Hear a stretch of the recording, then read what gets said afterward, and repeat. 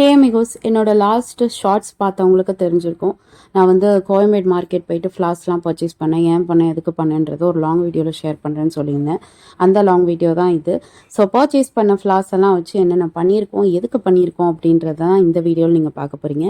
Also simple and ஈஸியாக ஒரு few ஃப்ளாஸை வச்சு நம்மளே வந்து எப்படிலாம் டெக்கரேட்டிவ் ஐட்டம்ஸ் க்ரியேட்டிவாக பண்ணலாம் அப்படின்றதையும் இந்த வீடியோவில் நீங்கள் தெரிஞ்சுப்பீங்க. கோயம்பேடு மார்க்கெட்டில் வந்து கொஞ்சமாக ரோஸ் ஃப்ளவர்ஸ் அண்ட் கொஞ்சம் ஜர்பேரா, எல்லா கலர்ஸும் இருக்க மாதிரி ஜர்பேரா வெரைட்டிஸ் அண்ட் கொஞ்சம் டெக்கரேட்டிவ் ஃப்ளார்ஸ், கூடவே கொஞ்சம் லீவ்ஸ் இதெல்லாம் வந்து பர்ச்சேஸ் பண்ணியிருந்தோம். பர்ச்சேஸ் பண்ணி நம்மளே கொஞ்சம் க்ரியேட்டிவாக வந்து ஏதாவது ஃப்ளார் போக்கெட் மாதிரி பண்ணலாம் அப்படின்றதுக்காக அந்த மாதிரி ஸ்பாஞ்ச் வெரைட்டிஸ்லாம் வாங்கியிருந்தோம்.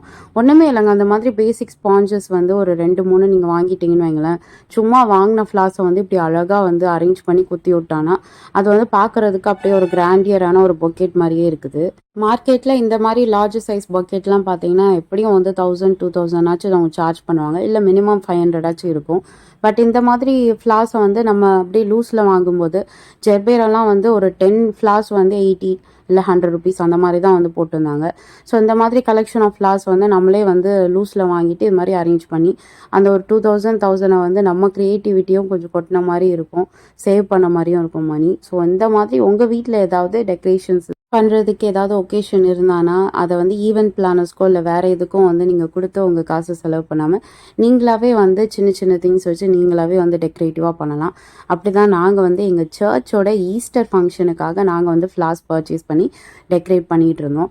எஸ், ஈஸ்டர்னாவே வந்து full and full flowers decoration தான் இருக்கும். பொதுவாக கிறிஸ்டியானிட்டியில் பார்த்தீங்கன்னா ஒரு ஒகேஷன் வரும்போதும் அந்த செலிப்ரேஷனுக்காக வந்து ஒரு தீமில் வந்து டெக்கரேட் பண்ணுவாங்க சர்ச்சை.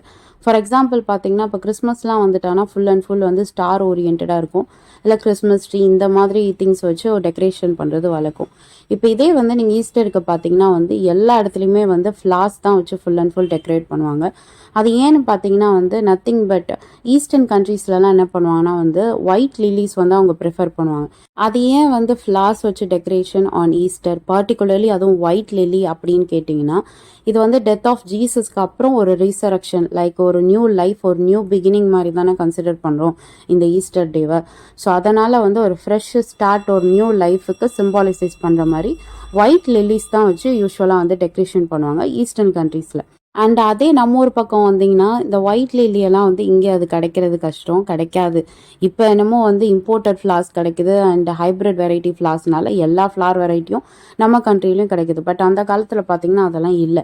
ஸோ அதுக்கு ஆல்டர்னேட்டிவாக வந்து நம்ம மக்கள் சூஸ் பண்ணது பார்த்திங்கன்னா வந்து ஒயிட் ஜாஸ்மின், அதாவது மல்லிப்பூ இருக்குல்ல, அதை தான் வச்சு ஃபுல்லாக தோரணமாக கட்டி சர்ச் ஃபுல்லாக மல்லிப்பூ வாசம் நிறையிற மாதிரி ஃபுல் அண்ட் ஃபுல் டெக்கரேஷன் பண்ணுவாங்க.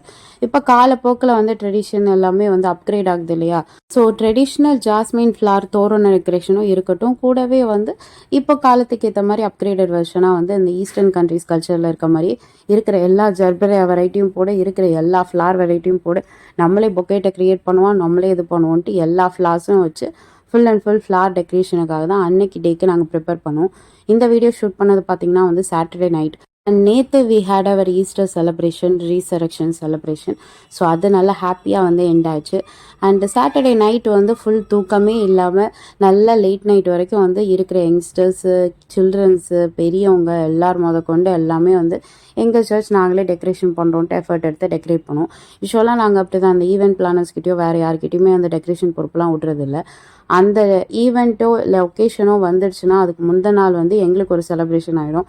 ஏன்னா எங்கள் தூக்கத்தை மறந்துடும், சாப்பிட மறந்துடும், பசியை மறந்துடும், இது எல்லாத்தையும் மறந்து நாங்கள் ஃபுல் அண்ட் ஃபுல் வந்து டெக்கரேஷன் மோடில் போயிடுவோம். அந்த ஃபேஸ் ஆஃப் டே வந்து ஆக்சுவலி நல்லாயிருக்கும். ஒரு செலிப்ரேஷன் வருது அப்படின்னா அதுக்கு முன்னாடி பண்ணுற ப்ரிப்பரேஷனுக்காக ஃபுல் அண்ட் ஃபுல் நாங்கள் எல்லாருமே ஒன்றா உட்காந்து அசம்பிள் ஆகி அவங்கவுங்களுக்கு என்னென்ன தெரியுமோ அதை வந்து கொஞ்சம் கொஞ்சமாக இன்புட் பண்ணி ஒருத்தவங்க ஒரு வேலையை பிரித்து போட்டு பண்ணுறது, கூடவே கொஞ்சம் சிட்சாட் பண்ணுறது, கூடவே கொஞ்சம் ஃபன் பண்ணுறது, என்ஜாய் பண்ணுறது அப்படின்ட்டு ஒரு டெடிக்கேஷனோடு வந்து அந்த ஒர்க்கை பண்ணும்போது இதுக்காகவே ஒரு ஒகேஷன் வரும்போது பரவாயில்ல தூக்கம் போனால் போட்டோம், நம்ம பாட்டுக்கு இதை டெக்கரேட் பண்ணுவோம் அப்படின்றதுக்காகவே ஃபுல் அண்ட் ஃபுல் நைட்டெல்லாம் உட்காந்து அந்த இடத்துலேயே உட்காந்து கடையாக கிடப்போம். நாள் போகிறதும் தெரியாது, டைம் போகிறதும் தெரியாது, நைட் ஆகிறதும் தெரியாது. ஈவன் அன்றைக்கெல்லாம் எங்களுக்கு தூக்கமே இருக்காது. பிகாஸ் நெக்ஸ்ட் டே, அதாவது நேற்று ஏர்லி மார்னிங்கே எங்களுக்கு சர்வீஸ். பட் இது முடிகிறதுக்கு ஆல்மோஸ்ட் வந்து அரௌண்ட் 1-1:30 ஆகிருக்கும். பட் அப்படி இருந்தாலும் வந்து நாங்கள் ஏர்லி மார்னிங்க்கு தூக்கத்தெல்லாம் மறந்து நாங்கள் வந்து திருப்பி வருவோம். ஸோ இதெல்லாம் வந்து ஒரு ரியலி ஒரு ஃபன் பார்ட்டு. நல்லாயிருக்கும். இதெல்லாம் எக்ஸ்பீரியன்ஸ் பண்ணவங்களுக்கு இது தெரிஞ்சிருக்கும். யூஸ்வலாகவே சர்ச்சில் ஏதாவது ஃபங்க்ஷன் ஒகேஷன்ஸ்னால் வந்து எல்லா யங்ஸ்டர்ஸு பெரியவங்க எல்லாமே கேதர் ஆகிடுவாங்க. இதே இது மற்ற ரிலீஜியஸ்க்கும் நீங்கள் ஃபாலோ பண்ணுறதா இருந்தால் மோஸ்ட் வெல்கமிங் விஷயம். ஏதோ ஒரு விஷயத்தால் வந்து சும்மா அங்கங்கே ஸ்கேட்டர்ட் இல்லாமல் ஒரு இடத்துல வந்து அசம்பிள் ஆகி நம்மளோட விஷயத்த வந்து ஷேர் பண்ணுறதா இருக்கட்டும், நம்ம நாலேஜை ஷேர் பண்ணுறதா இருக்கட்டும், நம்ம லவ்வை ஷேர் பண்ணுறதா இருக்கட்டும், இல்லை நம்ம வச்சு ரிலீஜியஸ் மேலே வச்சுருக்க ஃபெய்த்தை வந்து நம்ம ஷேர் பண்ணுறதா இருக்கட்டும், ஏதோ ஒரு வேலை மூலமாக அது நடக்குதுன்னு போது ஒரு ஹாப்பியஸ்ட் நோட் தானே. அப்படியே சிட் பண்ணிவிட்டு நான் அந்த பொக்கெட்டெல்லாம் ஃபுல்லாக ரெடி பண்ணி முடித்தேன். எனக்கு தோணுனது என் க்ரியேட்டிவிட்டிக்கு எட்டுனதை வச்சு நான் ஏதோ அப்படி இப்படின்னு அசம்பிள் பண்ணேன். This is my first try. இதுக்கு முன்னாடி டெக்கரேஷன்லாம் பண்ணியிருக்கோம். பட் இந்த மாதிரி வந்து ஃபுல் அண்ட் ஃபுல் பேக்டாக சோலோ ஹேண்டடாக வந்து நான் மாதிரி பண்ணதில்லை. ஸோ ஃபர்ஸ்ட் டைம் வந்து அசம்பிள் பண்ணும்போது எனக்கே கொஞ்சம் ப்ரௌடாக இருந்தது. அவுட்கமும் ரியலி நல்லா இருந்தது. அண்டு கூடவே வந்து சிங்கிள் ஜர்பராவை இந்த மாதிரி வந்து பொக்கெட் மாதிரி சிம்பிளஸ்ட் பொக்கெட் மாதிரி ரெடி பண்ணி அதை வந்து ஆல்டர் ஸ்க்ரீனில் வந்து அங்கங்கே வந்து ஃபார்ம் பண்ணுற மாதிரி ரெடி பண்ணி வச்சுருந்தோம். இதுவுமே வந்து பார்க்க சிம்பிள் அண்ட் எலகெண்ட் ப்ளஸ் டீசெண்டாகவும் இருந்தது. ரொம்ப கொசம்லாம் இல்லாமல் அப்படி பண்ணி வச்சுருந்தோம். யூஸ்வலாக வந்து மல்லிப்பூ வச்சு தான் பண்ணுவோம். பட் இந்த டைம் வந்து எல்லா கலர்ஸும் வச்சு இருக்கட்டுமே, பிரைட்டனாக இருக்கட்டுமே எல்லா ஃப்ளவர்ஸும் வச்சு அப்படின்றதுக்காக அந்த ஐடியா பண்ணோம்.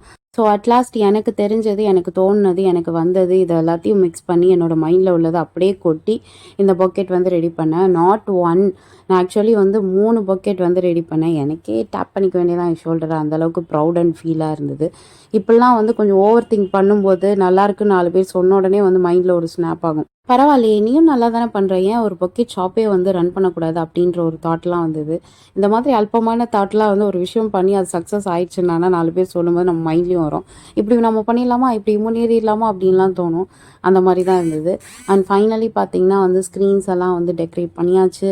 அண்டு க்ராஸ் எல்லாமே டெக்கரேட் பண்ணோம். இதோட அவுட்கம் வந்து உங்களுக்கு வீடியோட லாஸ்ட்டில் வந்து நீங்கள் பார்ப்பீங்க, தெரியும். டெக்கரேஷனுக்கு வந்த எல்லாருமே ஒரு விஷயத்த வந்து பிரித்து எடுத்துக்கிட்டோம். நான் எடுத்துக்கிட்ட பொறுப்பு பார்த்திங்கன்னா இந்த மாதிரி ஃப்ளார் பொக்கெட்ஸ் அண்ட் ஸ்க்ரீனில் இருக்க இந்த சின்ன பொக்கெட்ஸ் மட்டும் என்னோட இன்சார்ஜ் எடுத்துக்கிட்டேன். அண்ட் இது போக பின்னாடி நிறைய பேரோட எஃபர்ட் இன்னும் இருக்குது. அவங்கெல்லாம் இன்னும் வால் டெக்கரேஷன் அண்டு தோரணம் இந்த மாதிரி திங்ஸ் எல்லாம் வேறு பண்ணியிருந்தாங்க. அண்ட் மீன்வைல் எங்களுக்கு ஒரு க்ரேஸியான தாட்டுமே வந்தது. What if Onam meets Easter அப்படின்ற மாதிரி இந்த மாதிரி ஒரு செட்டப்பும் பண்ணியிருந்தோம்.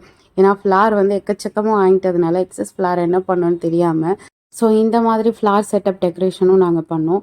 ஏன் இது வந்து ஒரு பர்டிகுலர் ரிலீஜியஸ் தீம் மட்டும்தான் இதை பண்ணணுமா அப்படிலாம் இல்லை. மொத்தமே ஒரு ஃப்ளார் டெக்கரேஷன் தானே, யார் பண்ண என்ன அப்படின்ற தாட்லேயும் ஒரு இன்கார்பரேட் பண்ணி இந்த வேலையை நாங்கள் பார்த்தோம். And here is the overall final outcome. ஓரளவுக்கு வந்து எல்லாத்தையும் வந்து கேப்சர் பண்ணேன். பட் ஸ்டில் அப்பயுமே வந்து வேலை நடந்துட்டு தான் இருந்தது, டெக்கரேஷன் ஒர்க்கு. ஸோ இந்த மாதிரி வந்து இது என்ன சம்மங்கி பூவில் வந்து சின்ன தோரணம் பண்ணி அண்ட் இந்த மாதிரி வந்து ஆல்டருக்குள்ளே வைக்கிறதுக்கு ஃப்ளார் பொக்கெட்ஸ்லாம் பண்ணி ஆல்டர் ஸ்க்ரீனை வந்து இந்த மாதிரி டெக்கரேட் பண்ணிவிட்டு அந்த க்ராஸுக்கு நடுவில் இருக்க ஒரு குட்டி க்ராஸ் வந்து ஒயிட் கலரில் இருக்குது பார்த்தீங்களா, அது வந்து ஒரு சின்ன பொண்ணு வந்து ஒயிட் ரோஸோட பெட்டல்ஸை மட்டும் வச்சு அதை வந்து அழகாக டெக்கரேட் பண்ணி கொடுத்தா. ஸோ அதையும் வந்து வேஸ்ட் பண்ணக்கூடாதுன்ட்டு க்ராஸ் மேலே ஒரு குட்டி க்ராஸாக வந்து அரேஞ்ச் பண்ணிட்டோம். அண்ட் வெளியே இந்த மாதிரி வந்து ரூஃபில் டாப்லலாம் வந்து இந்த மாதிரி தோரணம்லாம் போட்டிருந்தோம்.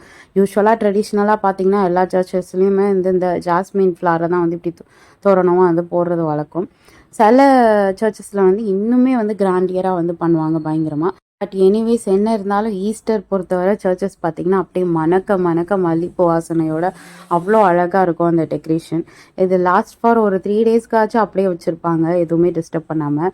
ஸ்டில் அந்த ரிசரக்ஷன் பீரியடை நாங்கள் என்ஜாய் பண்ணோன்றதுக்காக அப்படியே இருக்கும். ஸோ இப்படி தான் வந்து எங்கள் சர்ச் வந்து ஃபைனலாக நாங்கள் டெக்கரேட் பண்ணி முடித்தோம். அண்ட் ஓவரால் கீழெல்லாம் பார்த்திங்கன்னா மிஸ்ஸியாக தான் இருக்கும். ஏன்னா அது வேலை நடந்துட்டு இருக்கும் போதே நான் ஷூட் பண்ணதுனால இப்படி இருக்குது. ஏர்லி மார்னிங் ஷூட் பண்ணலான்னு பார்த்தோன்னா அதுக்குள்ளே க்ரௌட் வந்துடும், மாஸ் ஸ்டார்ட் ஆகிடும். ஸோ அதனால் அப்போ எதுவுமே பண்ண முடியாது. அதனால் ப்ராசஸ் நடந்துகிட்டு இருக்கும்போதே நான் வந்து ஓரளவு கேப்சர் பண்ணலான்றதுக்காக ஷூட் பண்ணி முடித்தேன். And that's it. இப்படி தான் வந்து எங்கள் சர்ச்சில் ஈஸ்டர் டெக்கரேஷனுக்கு நாங்கள் பண்ண வேலைகள். நாங்கள் யாருமே ஒரு ப்ரொஃபஷ்னல் டெக்கார் ஆர்டிஸ்ட்லாம் கிடையாது. ஜஸ்ட்டு எங்களுக்கு தோணுனதை வச்சு நாங்கள் பண்ணும்போது அதோட ஃபைனல் அவுட்கம் இதுவாக இருந்தது. ஸோ உங்கள் வீட்லேயோ இல்லை உங்களை சுற்றி ஏதோ ஒகேஷனோ இருந்தானா ஈவெண்ட் பிளானர்ஸை சும்மாவே ஜஸ்ட் அவங்ககிட்ட காசு கொடுத்து அவங்கக்கிட்ட ஹேண்ட் ஓவர் பண்ணாமல் நீங்களே உங்கள் ஃபேமிலி அண்ட் ஃப்ரெண்ட்ஸோட டெக்கார் பண்ணி பாருங்கள். ஸோ இதே மாதிரி இன்னும் நிறைய இன்ட்ரெஸ்டிங்கான இன்ஃபர்மேட்டிவான வீடியோஸ்க்கு சப்ஸ்கிரைப் பண்ணுங்கள் என் சேனலை. பாய்.